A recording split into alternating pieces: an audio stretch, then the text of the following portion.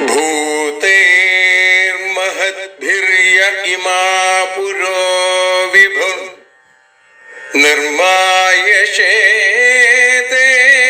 यदमूषु पूरुष भुङ्क्ते गुणान् षोडश षोडशात्मका सोऽलं कृषीष्ट भगवान् वचांसि मे।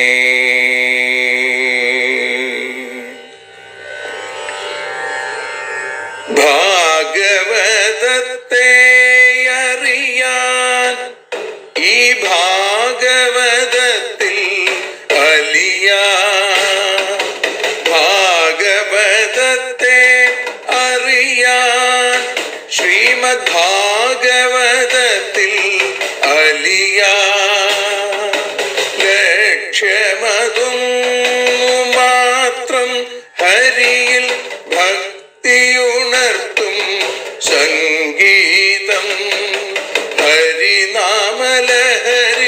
സൗഭാഗ്യം. ഭാഗവതത്തെ അറിയാൻ ഭാഗവതത്തിൽ അലിയാൻ.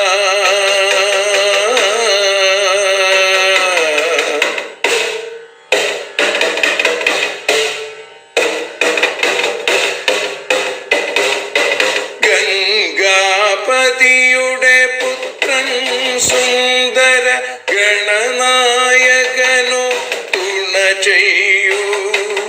ഗംഗാപതിയുടെ പുത്രൻ സുന്ദര ഗണനായകനോ തുണ ചെയ്യൂ.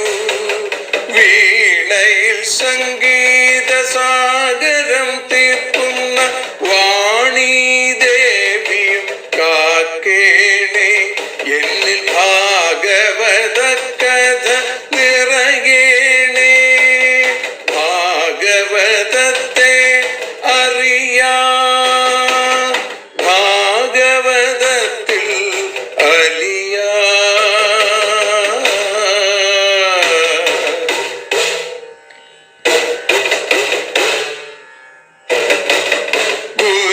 ഗുരുവായൂരിൽ നിത്യം നിറയുക ഗുരുവായൂരിലെ ശ്രീകൃഷ്ണ.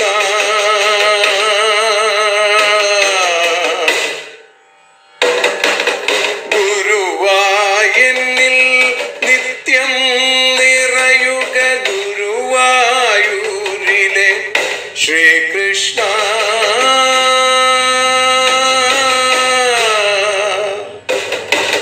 ഹരേ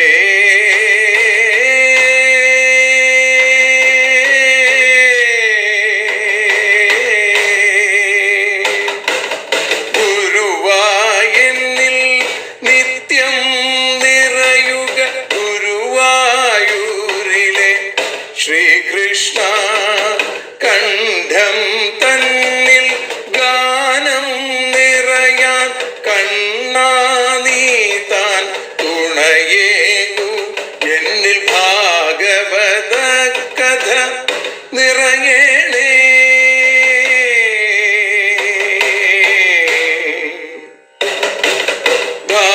ഭാഗവതത്തെ അറിയാൻ ഭാഗവതത്തിൽ അലിയാൻ.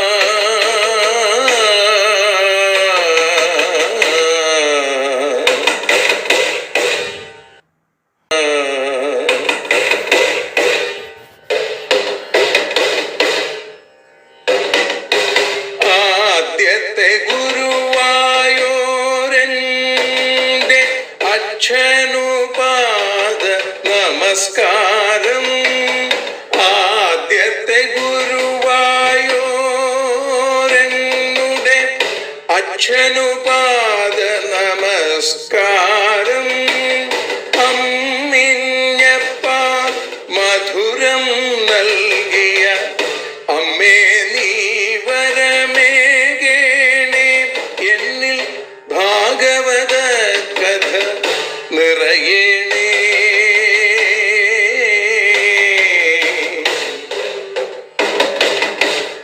ഭാഗവതത്തെ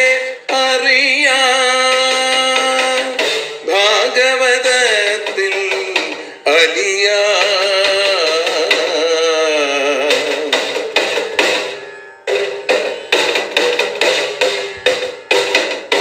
ശ്രീഹരി തന്നുടെ കഥകൾ നിറയും ശ്രീമദ് ഭാഗവത സ്മൃതിയിൽ.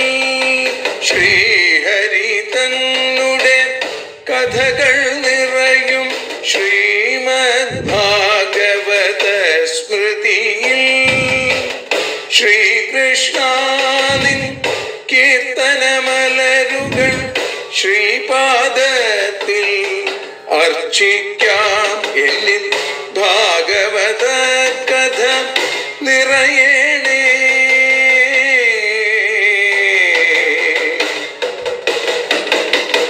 ഭാഗവതത്തെ അറിയാ, ഭാഗവതത്തിൽ അലിയാ. ലക്ഷ്യമതൊന്നു മാത്രം ഹരിയിൽ ലഹരിയുണർത്തും സംഗീതം. ഭക്തിയുണർത്തും സാഫല്യം. ഭക്തിയുണർത്തും സൗഭാഗ്യം. ഭാഗവതത്തെ അറിയാ,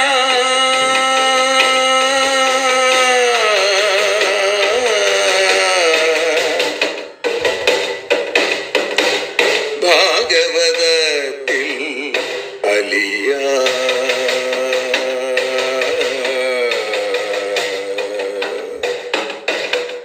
ഭാഗവതത്തിൽ അലിയാ.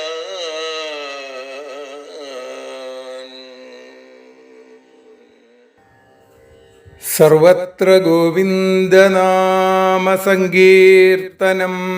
ഗോവിന്ദ ഗോവിന്ദ. കൃഷ്ണോ രക്ഷതു മാം ചരാചരഗുരു. കൃഷ്ണം നമസ്യേ സദാ. കൃഷ്ണേനൈവ സുരക്ഷിതോഹമസകൃൽ. കൃഷ്ണായ ദത്തം മന. കൃഷ്ണാദേവ സമുദ്ഭവോ മമ വിഭോ. കൃഷ്ണസ്യ ദാസോസ്മ്യഹം. കൃഷ്ണേ ഭക്തിരചഞ്ചലാസ്തു ഭഗവൻ. ഹേ കൃഷ്ണ തുഭ്യം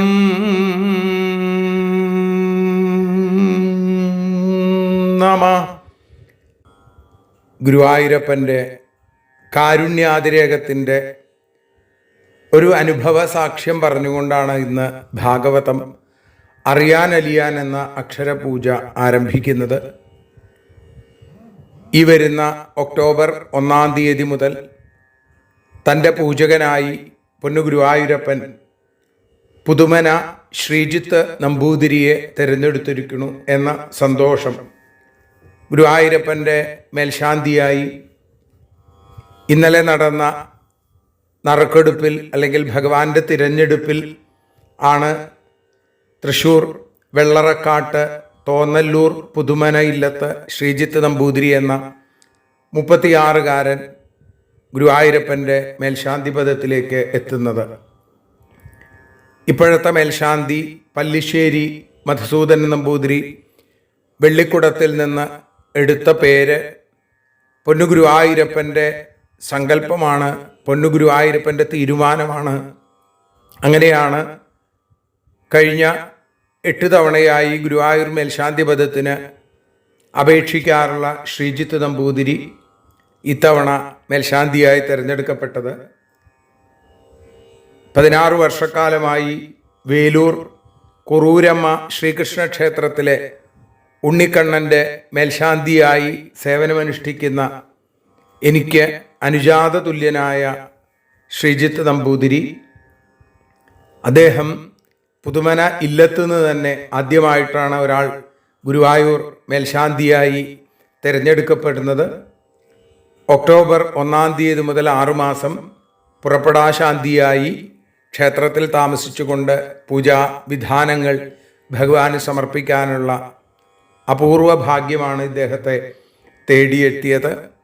മേൽശാന്തിയുടെ ആ സബരിയെ ഏറ്റെടുക്കുന്നതിന് മുന്നോടിയായിട്ടുള്ള ഭജനം ഇന്നലെ തന്നെ ആരംഭിച്ചു കഴിഞ്ഞു. ആ സന്തോഷം പങ്കുവെച്ചും കൊണ്ടാണ് ഇന്ന് ഭാഗവതം അറിയാൻ അലിയാൻ എന്ന അക്ഷരപൂജ ആരംഭിക്കുന്നത്. ഏകാദശ സ്കന്ധത്തിൽ 7-ാമത്തെ അധ്യായത്തിൽ 14-ാമത്തെ ശ്ലോകം മുതലാണ് നമ്മൾ ഇന്ന് അനുസ്മരിക്കുന്നത്. ഭഗവതുദ്ധവ സംവാദമാണ് ഇപ്പോൾ കേൾക്കുന്നത്. അതിൽ ഭഗവാന്റെ വളരെ വിശേഷമായിട്ടുള്ള ഉപദേശം, ആ ഭഗവാന്റെ ദിവ്യമായ വാക്കുകൾ കേട്ട് ഉദ്ധവൻ പറയാനായിട്ട് ആരംഭിക്കുകയാണ്. യോഗേശ യോഗവിന്യാസ യോഗാത്മൻ യോഗസംഭവ നിശ്രേയസായ മേ പ്രോക്തസ്ത്യാഗ സന്യാസ ലക്ഷണ. സാക്ഷാൽ യോഗേശ്വരേശ്വരനായിരിക്കുന്ന ഭഗവാനെ 4 രൂപത്തിൽ അഭിസംബോധന ചെയ്തുകൊണ്ടാണ് ഉദ്ധവൻ തൻ്റെ വാക്കുകൾ ആരംഭിക്കുന്നത്. യോഗേശ യോഗവിന്യാസ യോഗാത്മൻ യോഗസംഭവ. യോഗേശ യോഗഫലത്തെ നൽകുന്ന ഈശ്വര. യോഗവിന്യാസ യോഗം വയ്ക്കപ്പെടുന്ന സ്ഥാനമായി ഭവിച്ചവനെ. യോഗാത്മൻ യോഗസ്വരൂപ. യോഗസംഭവ യോഗങ്ങളുടെ ഉൽപ്പത്തിക്ക് സ്ഥാനമായി മാറിയവനെ. മേ നിശ്രേയസായ എനിക്ക് മോക്ഷത്തിനായിക്കൊണ്ട് സന്യാസലക്ഷണ സന്യാസസ്വരൂപമായിരിക്കുന്ന ത്യാഗം പ്രോക്ത അങ്ങയാൽ ഉപദേശിക്കപ്പെട്ടു. എല്ലാ യോഗങ്ങളുടെയും ഫലത്തെ കൊടുക്കുന്നവനാണ് ഭഗവാൻ. അതുകൊണ്ടാണ് ഭഗവാൻ യോഗേശൻ. ഇനി നാം അനുഷ്ഠിക്കുന്ന സകല യോഗങ്ങളും ആർക്കാണോ സമർപ്പിക്കേണ്ടത്, അതുകൊണ്ട് ഭഗവാൻ യോഗ വിന്യാസ എന്ന പദത്തിന് യോജിക്കുന്നു. സകല യോഗങ്ങളെയും അനുഷ്ഠിക്കുന്നതിനുള്ള യഥാർത്ഥമായ ശക്തി അത് ഭഗവാനുണ്ട്. അതുകൊണ്ട് ഭഗവാൻ യോഗാത്മൻ. അതുപോലെ ഭഗവാൻ സകല യോഗങ്ങളുടെയും ഉൽപ്പത്തി സ്ഥാനമാണ്, ഉദ്ഭവസ്ഥാനമാണ് ഭഗവാൻ. അതുകൊണ്ട് ഭഗവാൻ യോഗസംഭവനാകുന്നു. അപ്പോൾ ഉദ്ധവൻ പറയുകയാണ്, ഭഗവാനെ സന്യാസത്തിൻ്റെ ലക്ഷണമാണ് ത്യാഗം. അപ്പോൾ മോക്ഷപ്രാപ്തിക്കായിക്കൊണ്ട് അങ്ങ് അതിനെ എനിക്ക് ഉപദേശിച്ചു. ആരോഗ്യാദി ഫലപ്രാപ്തി വിചാരിച്ചും കൊണ്ട് സ്വത്ത് മുഴുവൻ ദാനം ചെയ്യുക എന്ന ലക്ഷണത്തോടുകൂടിയ യാഗങ്ങൾ. അപ്പോൾ ആ യാഗത്തിൽ ചെയ്യുന്ന ദക്ഷിണയ്ക്കും ത്യാഗം എന്ന് പറയാറുണ്ട്. പക്ഷെ ഇതല്ല ത്യാഗം എന്ന് ഞാൻ വിചാരിക്കുന്നു. ഒരു കർമ്മത്തിനും ഫലം അപേക്ഷിക്കാതെ, ഫലം ആഗ്രഹിക്കാതെ, ഞാനെന്നും എൻ്റേതെന്നുമുള്ള അഹന്തയും മമതയും തൊട്ടു തീണ്ടാതെ, അതിൻ്റെ ഭാവന പോലുമില്ലാതെ ചെയ്യുന്ന കർമ്മം, അതാണ് സന്യാസം. അപ്പൊ ഇങ്ങനെ ചെയ്യുന്ന കർമ്മം നമ്മുടെ അന്ധകരണത്തെ ശുദ്ധമാക്കുന്നു. സുഖദുഃഖാത്മകമായ ഭോഗം വീണ്ടും വീണ്ടും അനുഭവിക്കാൻ വേണ്ടിയിട്ടല്ല, മറിച്ച് ഇത് അന്ധകരണത്തെ ശുദ്ധമാക്കുന്നതാണ്. അങ്ങനെയുള്ള കർമ്മഫല സന്യാസ ലക്ഷണമായ ത്യാഗത്തെയല്ലേ അവിടുന്ന് ഭഗവാനെ അടിയന് ഉപദേശിച്ചത്. അപ്പൊ കർമ്മഫലം കർത്താവിൻ്റെ നേരെ രണ്ടാമതും മടങ്ങി വരാത്ത തരത്തിൽ കർമ്മം ചെയ്യുക, അതാണ് കർമ്മസന്യാസം എന്ന് പറയുന്നത്. ഇങ്ങനെയൊക്കെ ആണെങ്കിലും ഭഗവാനെ ത്യാഗോയം ദുഷ്കരോ ഭൂമൻ കാമാനാം വിഷയാത്മഭി സുതരാം ത്വയി സർവാത്മൻ അഭക്തൈരിതി മേ മതി. എൻ്റെ അഭിപ്രായത്തിൽ മേ മതി, എൻ്റെ അഭിപ്രായം എന്താ? ഭൂമൻ മഹാത്മാവായിരിക്കുന്ന ഭഗവാനെ, കാമാനാം അയം ത്യാഗ, വിഷയങ്ങളുടെ ഈ ഉപേക്ഷ, ഈ ഉപേക്ഷിക്കലുണ്ടല്ലോ, വിഷയാത്മഭി, വിഷയത്തിൽ താല്പര്യമുള്ള മനസ്സുള്ള ആളുകൾക്ക് ദുഷ്കരഹ, വളരെ ബുദ്ധിമുട്ടുള്ളതാണ്. ത്വയി അഭക്തൈ, അങ്ങയിൽ ഭക്തിയില്ലാത്തവര് സുതരാം ദുഷ്കരഹ, പ്രത്യേകിച്ചും ഏറ്റവും ദുഷ്കരമായിട്ട് തീരുന്നു ഇത് എന്നാണ് എൻ്റെ ഒരഭിപ്രായം. എന്നെപ്പോലുള്ള ആളുകളുടെ യോഗ്യത അനുസരിച്ചല്ല അവിടുന്ന് ഉപദേശിച്ചതെന്ന് മനസ്സിലായി. കാരണം എനിക്ക് അത്ര യോഗ്യത ഇല്ല എന്നാണ് സർവാത്മനാ യോഗ്യനായിരിക്കുന്ന ഉദ്ധവൻ പറയണത്. അതാണ് അദ്ദേഹത്തിന്റെ യോഗ്യത, അല്ലേ? മഹാത്മാവായിരിക്കുന്ന ഭഗവാനെ ഉദ്ധവൻ പറയുകയാണ്, വിഷയങ്ങളെ കാക്ഷിക്കുന്ന അല്ലെങ്കിൽ ഇന്ദ്രിയങ്ങൾക്ക് സുഖം നൽകുന്നു എന്ന് കരുതുന്ന ആളുകൾ, എപ്പോഴും വിഷയത്തിൽ സഞ്ചരിച്ചു കൊണ്ടിരിക്കുന്ന ആളുകളുണ്ടല്ലോ, അങ്ങനെയുള്ള ആളുകൾക്ക് ഇത് വളരെ ബുദ്ധിമുട്ടാണ്. അങ്ങയുടെ കാരുണ്യം, ആ അതീവമായ ഭക്തി, അത് ലഭിക്കുന്ന മഹാത്മാക്കൾക്ക് ചിലപ്പോൾ ഇതൊക്കെ സാധിക്കും എന്ന് വന്നേക്കാം. എന്നാൽ എന്നെപ്പോലുള്ള സാധാരണക്കാരായിട്ടുള്ള ആളുകൾക്ക്, അങ്ങയിൽ ഭക്തിയില്ലാത്ത ആളുകൾക്ക് ഇത് ഈ സന്യാസ ലക്ഷണമായിരിക്കുന്ന ത്യാഗം അല്ലെങ്കിൽ കർമ്മസന്യാസം എന്നുള്ളത് വളരെ ബുദ്ധിമുട്ടാണ് എന്നാണ് ഞാൻ കരുതുന്നത്. എൻ്റെ വിചാരം, എൻ്റെ അഭിപ്രായം അതാണ്. സോഹം മമാഹമിതി മൂഢമതിർ വിഗാഢസ്ത്വന്മായയാ വിരചിതാത്മനി സാനുബന്ധേ തത്വഞ്ജസാ നിഗദിതം ഭവതാ യഥാഹം സംസാധയാമി ഭഗവന്നനുഷാധി ഭൃത്യം. സാ അഹം, ആ ഞാൻ, മൂഢമതി, മോഹിക്കപ്പെട്ട ബുദ്ധിയോടുകൂടിയവൻ, മനസ്സോടുകൂടിയവനായിട്ട്, സാനുബന്ധേ, അനുബന്ധത്തോടു കൂടിയതും, ത്വന്മായയാ വിരചിതാത്മനി, അങ്ങയുടെ മായ കൊണ്ട് കൽപ്പിക്കപ്പെട്ടതുമായ ഈ ദേഹത്തിൽ, അഹം ഇതി മമ ഇതി, ഞാനെന്നും എൻ്റേതെന്നും ഉള്ള ആ സ്നേഹം കൊണ്ട് വിഗാഢ, മുങ്ങിക്കിടക്കുന്നവനായിരിക്കുന്നു. അല്ലയോ ഭഗവൻ, ഭവതാ നിഗദിതം, അങ്ങയാൽ പറയപ്പെട്ടത്, തത്, ആ സന്യാസ ലക്ഷണ ത്യാഗത്തെ, യഥാ അഞ്ജസ അഹം സംസാധയാമി, ഏതൊരു തരത്തിലാണ് നിഷ്പ്രയാസം, അനായാസം, പ്രയാസം കൂടാതെ ഞാൻ നന്നായി സാധിക്കുക, എനിക്ക് എങ്ങനെയാണത് ജീവിതത്തിൽ പകർത്താൻ സാധിക്കുക, ഭൃത്യം, അങ്ങനെയുള്ള ആ ദാസനായ എന്നെ തഥാ അനുഷാധി, അതുകൂടി പറഞ്ഞു തരണം. ത്യാഗം എന്നുള്ളത് ദുഷ്കരമാണ് അങ്ങ് പറഞ്ഞു, ത്യജിക്കുകയാണ് വേണ്ടത് എന്ന് പറഞ്ഞു. പക്ഷേ അത് എങ്ങനെ എന്നുകൂടി അടിയന് പറഞ്ഞു തരണേ എന്നാണ്. അങ്ങയുടെ മായ കൊണ്ട് ഈ പ്രപഞ്ചത്തെ കൽപ്പിച്ചിരിക്കണു. ഈ പ്രപഞ്ചത്തിലുള്ള ഭാര്യ, മക്കള്, ധനം, ഗൃഹം തുടങ്ങിയവയൊക്കെ ഞാനെന്നും എൻ്റേതെന്നുമുള്ള ചിന്തകൾക്ക് കാരണമാവുന്നു. അതുകൊണ്ട് അവരുമായിട്ടുള്ള സംബന്ധം, ആ ദേഹത്തിൽ ഞാനെന്നും എൻ്റേതെന്നുമുള്ള ആസക്തിക്ക് കാരണമാവുന്നു. അത് എൻ്റെ ചിത്തത്തിൻ്റെ മൂഢതയാണ് എന്ന് ഞാൻ മനസ്സിലാക്കുന്നുണ്ട്. ഇപ്പൊ സ്വജനബന്ധു സ്നേഹത്തെ മുഴുവൻ, ത്വം തു സർവം പരിത്യജ്യ സ്നേഹം സ്വജനബന്ധുഷു എന്ന് അവിടുന്ന് പറഞ്ഞുല്ലോ. അങ്ങനെ ആ സ്നേഹത്തെ ഉപേക്ഷിക്കണം എന്ന് അവിടുന്ന് അടിയനോട് ഉപദേശിക്കണു. അത് എങ്ങനെ സാധിക്കും? അങ്ങയുടെ ഭൃത്യനായ, അവിടുത്തെ ദാസനായ എനിക്ക് ആ കർമ്മസന്യാസത്തിലേക്ക് അല്ലെങ്കിൽ സന്യാസ ലക്ഷണമായ ത്യാഗം എങ്ങനെ അനുഷ്ഠിക്കാൻ സാധിക്കും? അതിന് അവിടുന്ന് അനുഗ്രഹിക്കണേ. അതാണ് പ്രാർത്ഥിക്കുന്നത്. അതിന് വേണ്ടതുപോലെ ഉപദേശിച്ച് എന്നെ വേണ്ട പോലെ, വേണ്ട വഴിക്ക്, നേർവഴിക്ക് നയിക്കണേ ഭഗവാനെ എന്ന് ഉദ്ധവൻ ഭഗവാനോട് അഭ്യർത്ഥിക്കുന്നു. സത്യസ്യത്തെ സ്വദൃശ ആത്മന ആത്മനോന്യം വക്താരമീശ വിബുധേഷ്വപിനാനുചക്ഷേ സർവേ വിമോഹിതധിയസ്തവമായയേ മേ ബ്രഹ്മാദയസ്തനുഭൃതോ ബഹിരർത്ഥഭാവ. ഈശ, ഈശ്വര, സത്യസ്യ, നാശരഹിതനായി, ആത്മനഃ തേ, ആത്മസ്വരൂപനായിരിക്കുന്ന അങ്ങയുടെ ആ പരമാർത്ഥമായ യഥാർത്ഥമായ അവസ്ഥയെ, സ്വദൃശ, തന്നെത്താൻ അറിഞ്ഞിരിക്കുന്ന ആത്മനഃ, അങ്ങയെ കൂടാതെ, അന്യം വക്താരം, ഇതരനായ ഒരു വക്താവിനെ, വിബുധേഷു അപി ന അനുചക്ഷേ, ദേവന്മാരിൽ പോലും ഞാൻ കാണുന്നില്ല. ബ്രഹ്മാദയ, ബ്രഹ്മാദികളാകുന്ന ഇമേ തനുഭൃത, ഈ ദേഹമെടുത്ത ആളുകൾ, സർവേ തവ മായയാ വിമോഹിതധിയ, അങ്ങയുടെ മായ കൊണ്ട് മോഹിക്കപ്പെട്ട ബുദ്ധിയോടുകൂടിയവരായി, ബഹിരർത്ഥഭാവ, ദേഹാദികളിൽ സത്യത്വ ബുദ്ധിയുള്ളവരായി മാറുന്നു. അത് അവിടുത്തെ മായയുടെ കേമത്താണ്.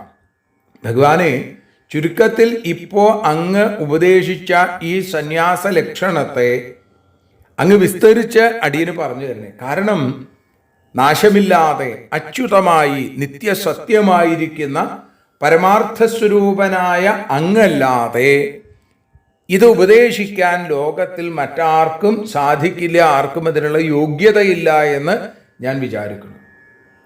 കാരണം എന്താ? ബ്രഹ്മാദിദേവന്മാരെ പോലും അങ്ങയുടെ മായ മോഹിപ്പിക്കുന്നു. അപ്പൊ അവർക്കും ഈ അഹമിതി മമേതി, ഞാനെന്നും എൻ്റേതെന്നുമുള്ള ചിന്ത അവർക്കും ഉണ്ട്. അതുകൊണ്ട് ശരീരസ്നേഹം ഉപേക്ഷിക്കേണ്ടത് ആണ് എന്ന് ആവശ്യപ്പെടുന്ന ആ ഉപദേശം കൊടുക്കാൻ ഗുരു ആ തരത്തിലാവണം.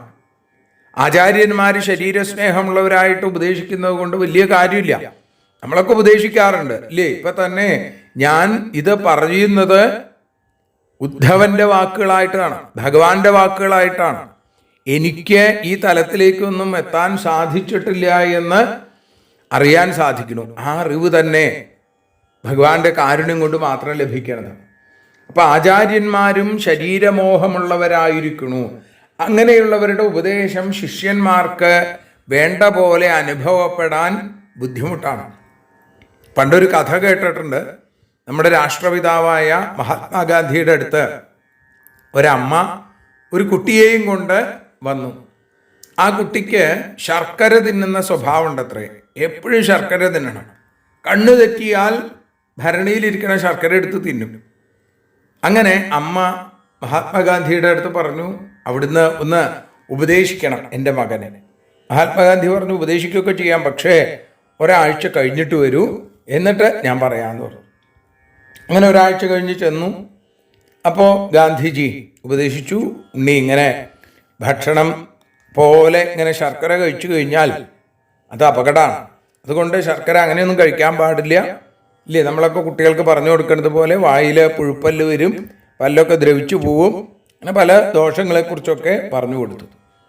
അപ്പം അമ്മ ചോദിച്ചു, ഇത് എന്തേ ഒരാഴ്ച മുമ്പ് പറഞ്ഞു കൊടുത്തില്ല എന്ന് ചോദിച്ചപ്പോൾ ഗാന്ധിജി പറഞ്ഞു, അത് പറയാനുള്ള അർഹത എനിക്ക് ഉണ്ടാവാൻ വേണ്ടിയിട്ടാണ് ഞാൻ ഒരാഴ്ച കാത്തു നിൽക്കാൻ പറഞ്ഞത്. കാരണം അമ്മ ഇവിടെ വന്ന് ചോദിക്കുന്ന സമയത്ത്, അല്ലെങ്കിൽ എന്നോട് ഇത് പറയണമെന്ന് ആവശ്യപ്പെടുന്ന സമയത്ത് ഞാനും ഇതേപോലെ ഈ ശർക്കരയിൽ വലിയ സ്നേഹമുള്ള, വലിയ ആസക്തിയുള്ള, ആർത്തിയുള്ള ആളായിരുന്നു. അപ്പം എനിക്ക് പറഞ്ഞു കൊടുക്കാൻ പറ്റും. അപ്പം ഇതാണ് ഇവിടെ പറയണത്. ഒരു ഗുരുനാഥൻ പറഞ്ഞു കൊടുക്കുന്നത് സ്വാനുഭവത്തിൽ നിന്നാവണം, താൻ ആചരിക്കുന്ന രീതിയിൽ നിന്നാവണം.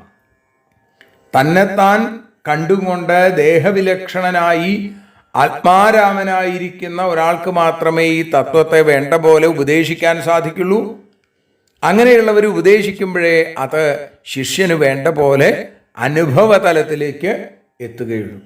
അതിന് ഈ തത്വം ഉപദേശിക്കാൻ എല്ലാ നിലയ്ക്കും ആത്മാമാത്രനായിരിക്കുന്ന, ആത്മാരാമനായിരിക്കുന്ന അവിടുന്ന് മാത്രമാണ് അർഹൻ, യോഗ്യൻ.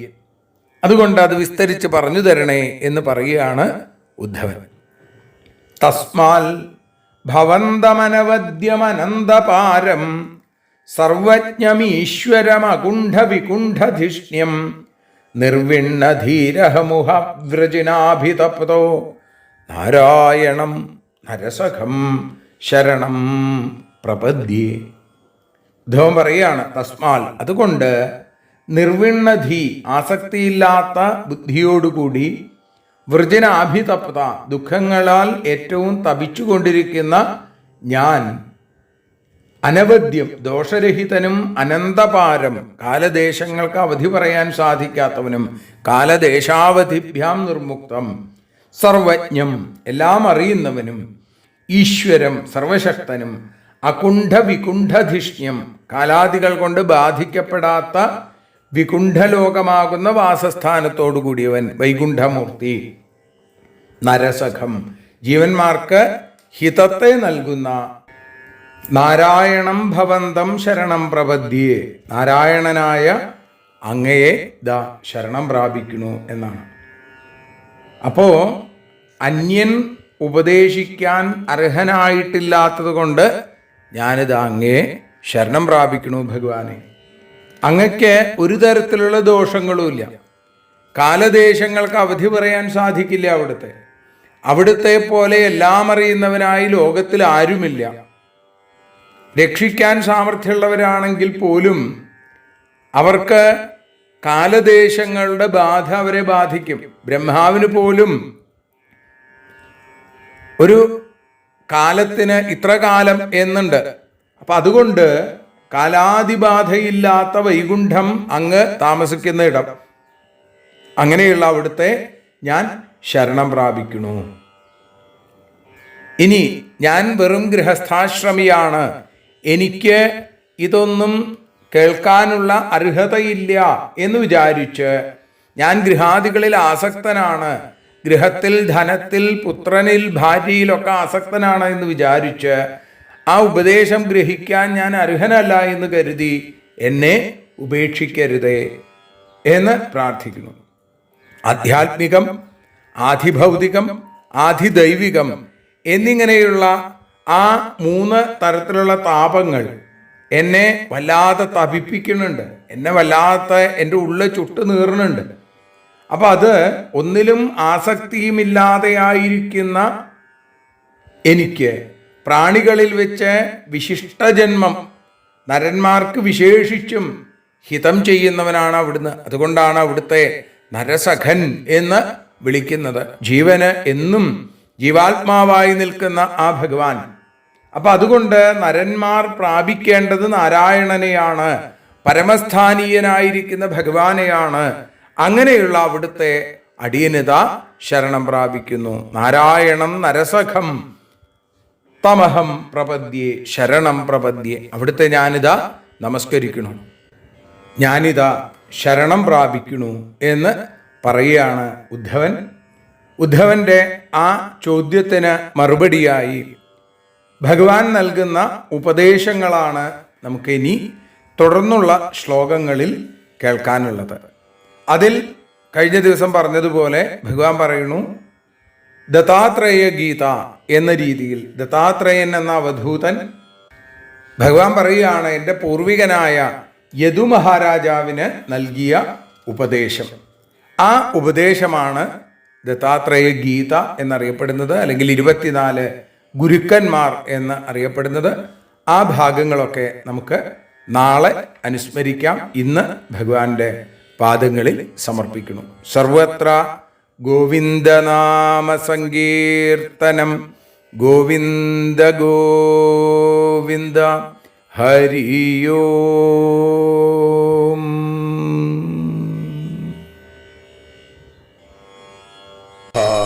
ആരതിയൊഴിയുന്നു ഞങ്ങൾ ആരതിയുണ്ടാവാഹരിപാദേ രതിയുണ്ടാകാൻ ആരതിയൊഴിയുന്നു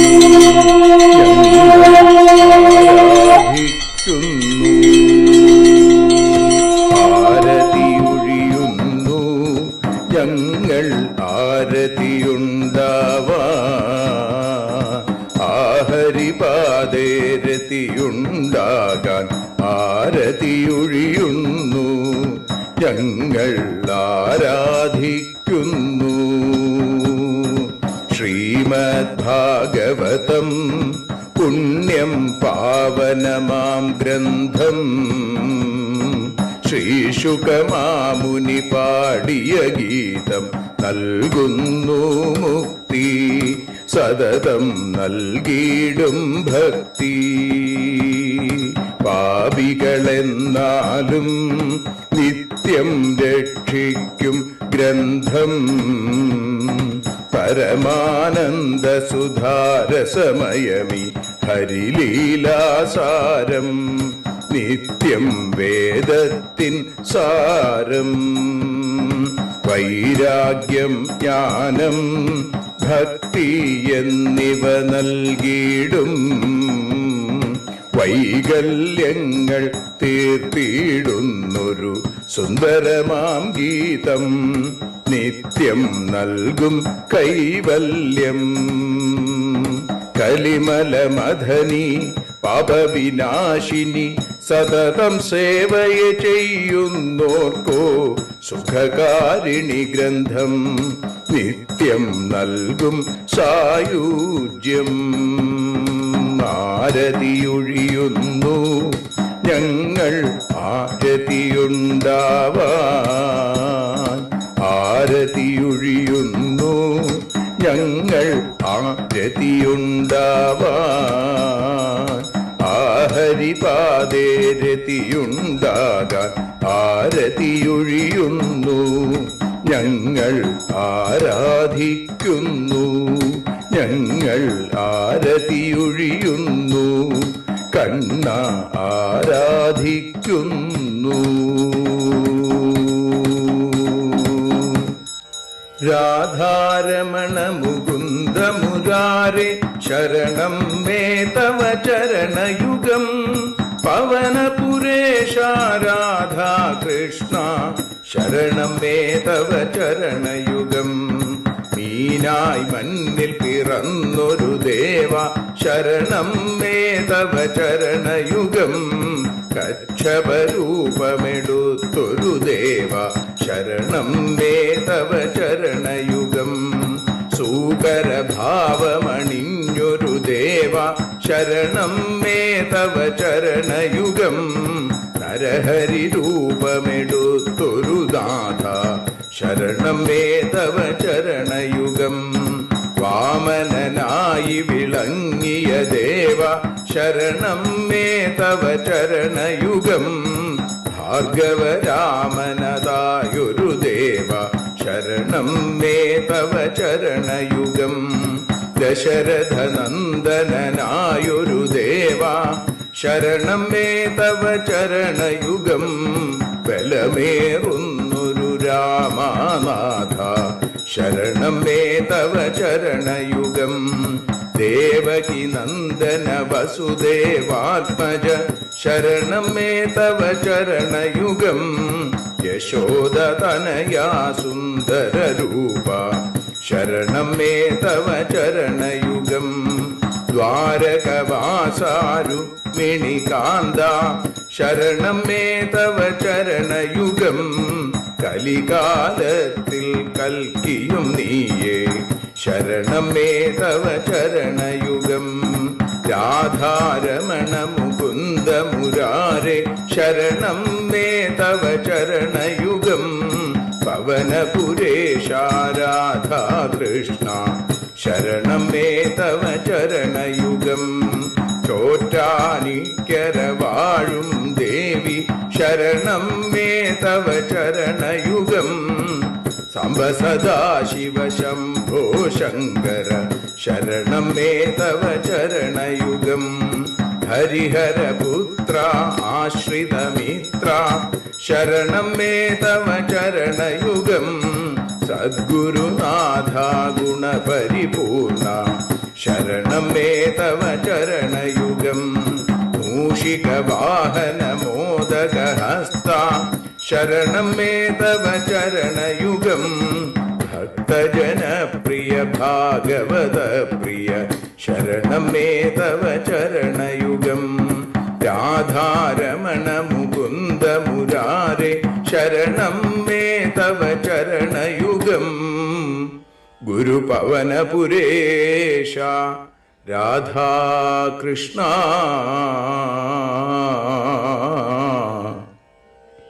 ശരണം മേ തവ ചരണയുഗം.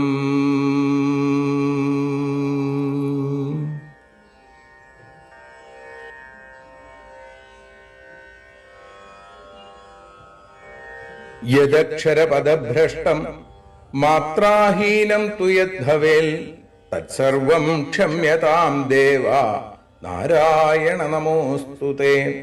വിസർഗബിന്ദുമാത്രാണി പദപാദാക്ഷരാണി ച ന്യൂനാനി ചാതിരിക്താനി ക്ഷമസ്വ പുരുഷോത്തമ. മന്ത്രഹീനം ക്രിയാഹീനം ഭക്തിഹീനം ജനാർദ്ദന യൽപൂജിതം മയാ ദേവ പരിപൂർണം തദസ്തു തേ. കായേന വാചാ മനസേന്ദ്രിയൈർവാ ബുദ്ധ്യാത്മനാ വാ പ്രകൃതേ സ്വഭാവാൽ കരോമി യദ്യൽ സകലം പരസ്മൈ നാരായണായേതി സമർപ്പയാമി. സ്വസ്തി പ്രജാഭ്യ പരിപാലയന്താം ന്യായേന മാർഗേണ മഹീം മഹീഷ. ഗോബ്രാഹ്മണേഭ്യഃ ശുഭമസ്തു നിത്യം ലോകാഃ സമസ്താഃ സുഖിനോ ഭവന്തു. ലോകാഃ സമസ്താഃ സുജനാ ഭവന്തു. ലോകാഃ സമസ്താഃ ത്വൽഭക്തിരതാ ഭവന്തു. സർവേ ഭവന്തു സുഖിനഃ സർവേ സന്തു നിരാമയാം സർവേ ഭദ്രാണി പശ്യന്തു മാ കശ്ചിൽ ദുഃഖഭാഗ് ഭവേൽ. അസതോ മാ സദ്ഗമയ തമസോ മാ ജ്യോതിർഗമയ മൃത്യോർമാ അമൃതം ഗമയ. ഓം ശാന്തി ശാന്തി ശാന്തി. ഹരി ഓം.